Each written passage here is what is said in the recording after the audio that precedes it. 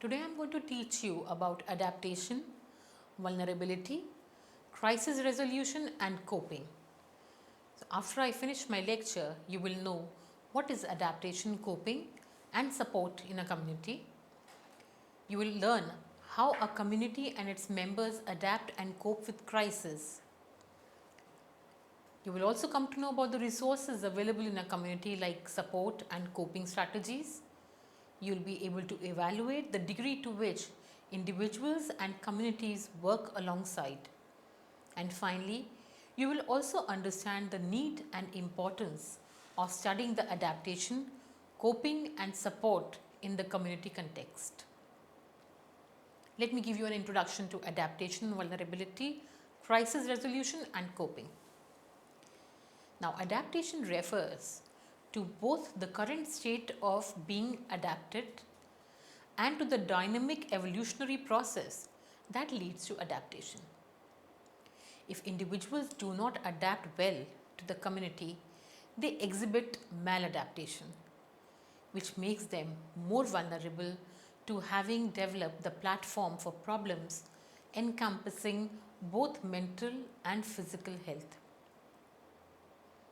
Kaplan defines crisis as a short period of psychological disequilibrium in a person who confirms a hazardous circumstance that for him constitutes an important problem which he can for the time being neither escape nor solve with customary problem solving resources. And finally, coping. Coping refers to expending conscious effort to solve personal and interpersonal problems and seeking to master, minimize or tolerate stress or conflict. Let's go on to adaptation and crisis. An adaptation, also called an adaptive trait in biology, is a trait with the current functional role in the life history of an organism that is maintained and evolved by means of natural selection. Adaptation refers to both the current state of being adapted and to the dynamic evolutionary process that leads to adaptation. Adaptation contributes to the fitness and survival of individuals. Organisms face a succession of environmental challenges as they grow and develop and are equipped with an adaptive plasticity as the phenotype of traits develops in response to the imposed conditions. Adaptation is important for an individual as it plays a vital role in the community context. An individual should be flexible enough to adapt oneself to the ongoing changes in the community so as to be able to be a part of it. The problems start arising because of maladaptation to a particular environment. The individual will start facing certain amount of stress which, if not coped, leads to the draining of the individual resources, becoming taxing on the individual's well-being and functioning, and lead to severe problems like anxiety, depression, low self-esteem. On the other hand, communities should also be plastic. The problems not only arise due to deficiencies in the individuals but also because of the rigid and the orthodox nature of the communities. The communities should look into the ways of their functioning and adapt them according to the needs and demands of the individuals to give them maximum benefit. Let's talk about crisis now. Crisis intervention is a relatively new field in community psychology. Its origins are usually dated in the 1940s and 1950s, with Linderman's pioneering work on grief and bereavement after the Coconut Grove Club fire in Boston and with the work of Kaplan at Harvard University. The 1960s and 70s were periods of further elaborations of crisis theory and interventions with the development of the suicide prevention centers and crisis centers and other agencies. New conceptualizations of services and important innovations in intervention areas were developed during the period. In the last few years, efforts have concentrated on the evaluation of crisis intervention programs and on further developing crisis intervention practice. Crisis intervention was initially developed as a response to the growing demand for services in situations where immediate assistance was required for a large number of individuals. The shortage of personnel and the fact that most therapies are in practice short term, average of 4.7 contacts with therapists according to the National Center for Health Statistics, has further contributed to the development of crisis intervention and to its becoming the treatment of choice for many clients. The origins of crisis theory are usually attributed to Lindeman's classic study of grief reactions. Lindemann in 1944 established the basic framework for defining the symptomatology of a crisis. He reported on the evaluation and treatment of 101 persons who had experienced a recent death of a close relative, a number of whom were connected to the victim of the Boston's Coconut Grove club fire. He observed that acute grief was a normal reaction to a distressing situation and noted that such reaction presented some characteristic features that appeared in the form of a distinct syndrome. According to Lindemann, persons experiencing acute grief display one or more of the following symptoms. 1. Somatic distress. Number 2. Preoccupation with the image of the deceased. 3. Guilt. 4. Hostile reactions. 5. Loss of patterns of conduct. Sometimes the person experiencing crisis of bereavement may have distorted or delayed grief reactions. Lindemann also stated that the grief work includes achieving emancipation from the deceased, readjustment to the environment in which the deceased is missing, and formation of new relationships.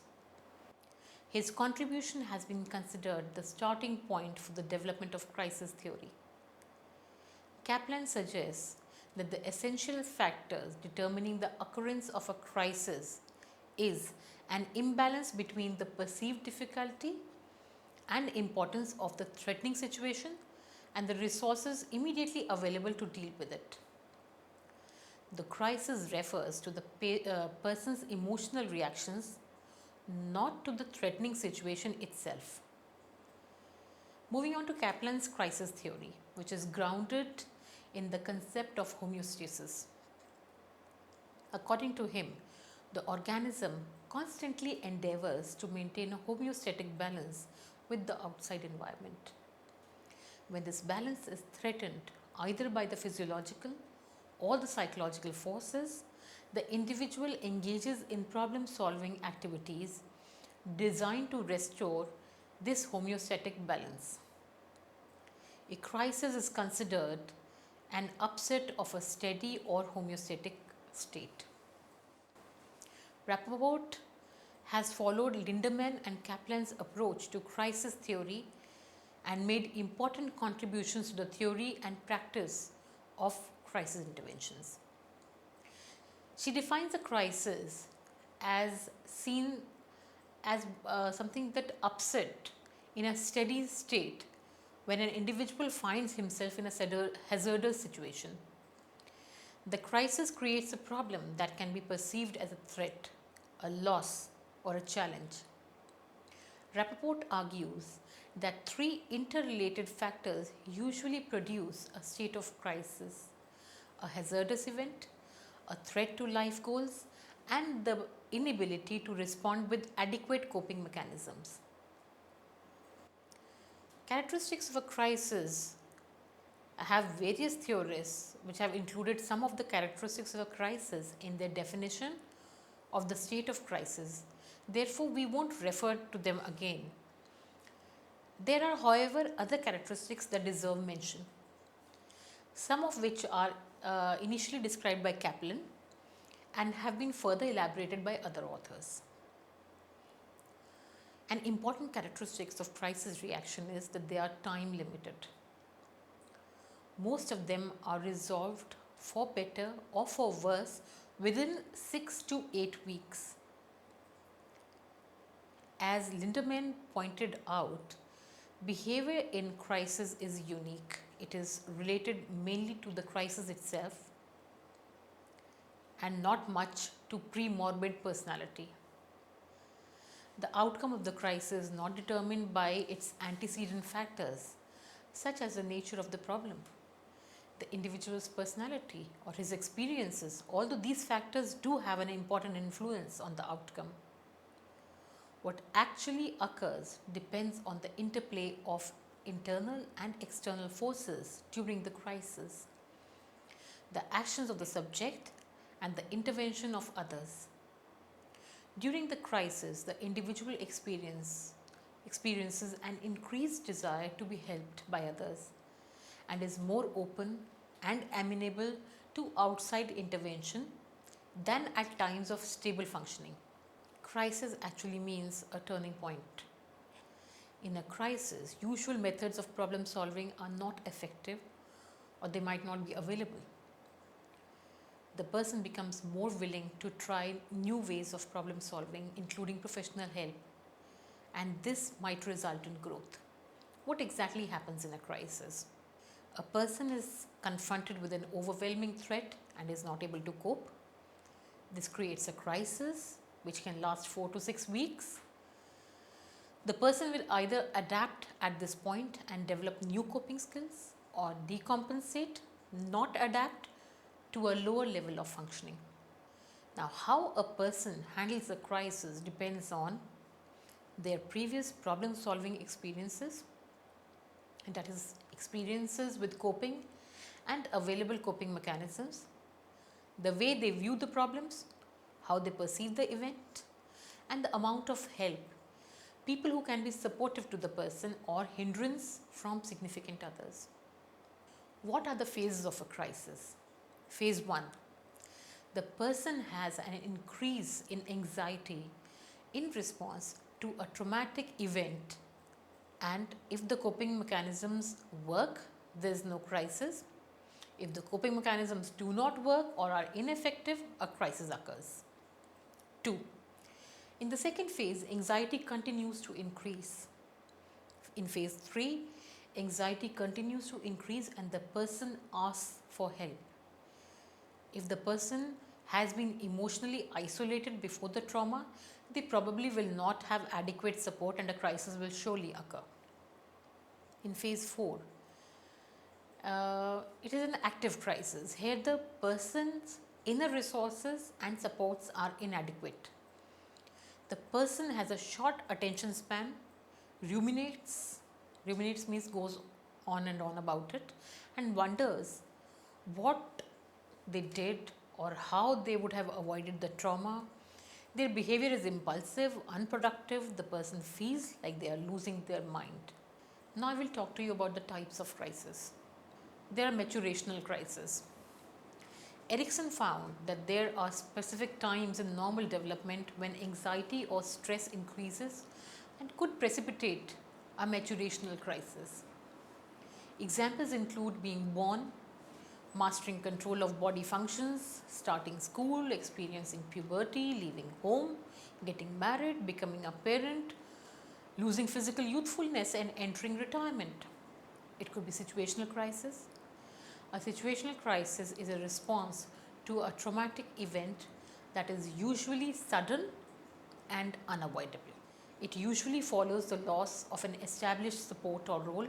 Situations that affect the way people perceive themselves include loss of a job, failure in school, loss of a spouse, birth of a retarded child, or diagnosis of a terminal or chronic illness. Crisis resolution. The core characteristics. Crisis resolution is an alternative to inpatient hospital care for service users with serious mental illness, offering flexible home-based care 24 hours a day and 7 days a week. Interventions are intensive and short term, often lasting for about 2 to 3 weeks.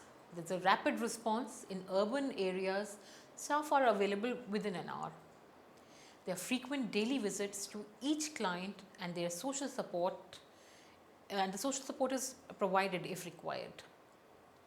Medical staff is available around the clock, 24 into 7. Medication can be administered. The involvement continues until the crisis is resolved. Clients are then referred to other relevant services. The key principles are: crisis management is a process of working through the crisis to the point of resolution.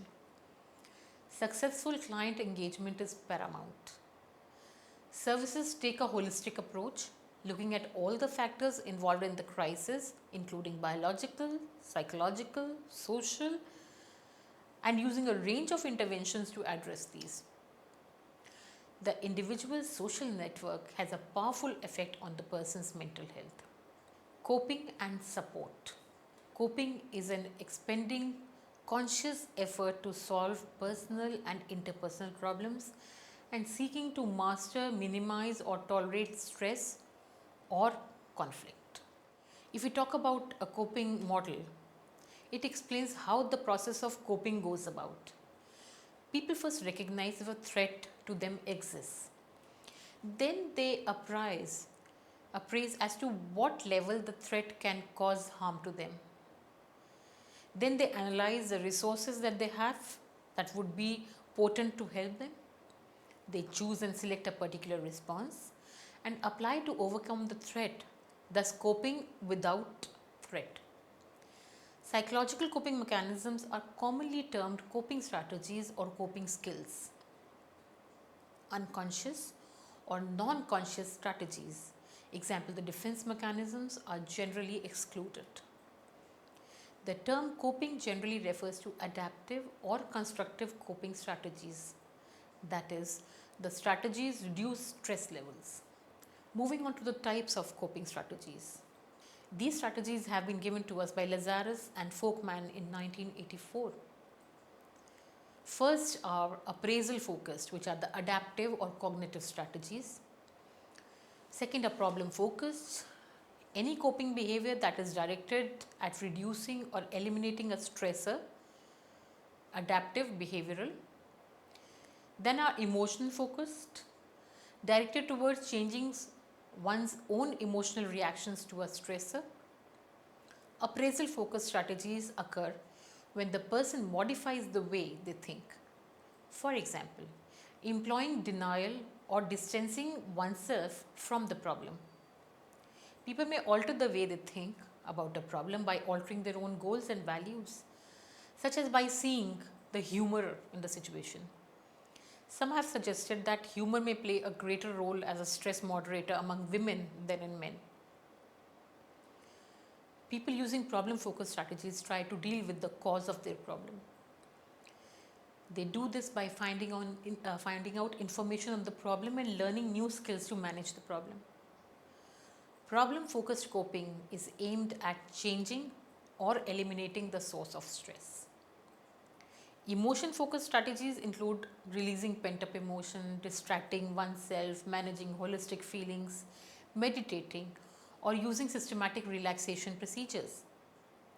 Emotion-focused coping is oriented towards managing the emotions that accompany the perceptions of stress.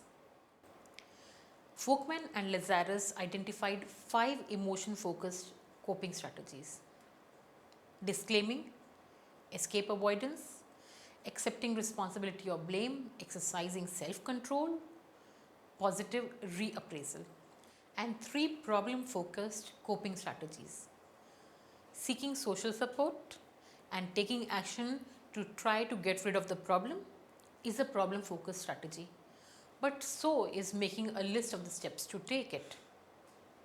Now I shall talk about support. Support is very crucial for the individual members of the community to avoid the problem from being critical, and also for the community for the welfare of its members. Social support is the perception and actuality that one is cared for, has assistance available from other people, and that one is part of a supportive social network. These supportive resources can be emotional, for example, nurturance, they can be tangible, for example, financial assistance, they can be informational, for example, advice, or they could be companionship, that is a sense of belonging, and intangible, which could come in the form of personal advice. Social support can be measured as the perception that one has assistance available and the actual received assistance, or the degree to which a person is integrated in a social network. Support can come from many sources such as family, friends, pets, organizations, co-workers, etc. Government provided social support is often referred to as public aid. What are the benefits? First benefit is in mental health. In stressful times, social support helps people reduce psychological distress, for example, anxiety or depression. Social support has been found to promote psychological adjustment in conditions with chronic high stress like in HIV, rheumatoid arthritis, cancer, stroke, and coronary artery disease. People with low social support report more subclinical symptoms of depression and anxiety than do people with high social support. In addition, people with low social support have higher rates of major mental disorder than those with high support. These include post-traumatic stress disorder, panic disorder, social phobia, major depressive disorder, dysthymic disorder, and eating disorders. Next is physical health. Social support has numerous ties to physical health, including mortality. People with low social support are at much higher risk of death from a variety of diseases, for example, cancer, cardiovascular diseases. Numerous studies have shown that people with higher social support have an increased likelihood for survival. Individuals with lower levels of social support have more cardiovascular diseases, more inflammation, and less effective immune system functioning, more complications during pregnancy, and more functional disability and pain associated with rheumatoid arthritis, among many other things. Conversely, higher rates of social support have been associated with numerous positive outcomes. Let me summarize what I have taught you today. The importance of adaptation for the community and the individual members that are part of it to bring about change, as the key to change lie in the individuals. When people in need seek help, they are often in a state of crisis. In the state of crisis, the person seems preoccupied, guilt over inability to solve problem, physical distress, aimless activity, changes in relationships with others. But these can be overcome by offering help to the person in crisis at the initial stage. Different coping mechanisms can help individuals to overcome their crisis state, and the support offered by the community also plays a vital role to help the community members.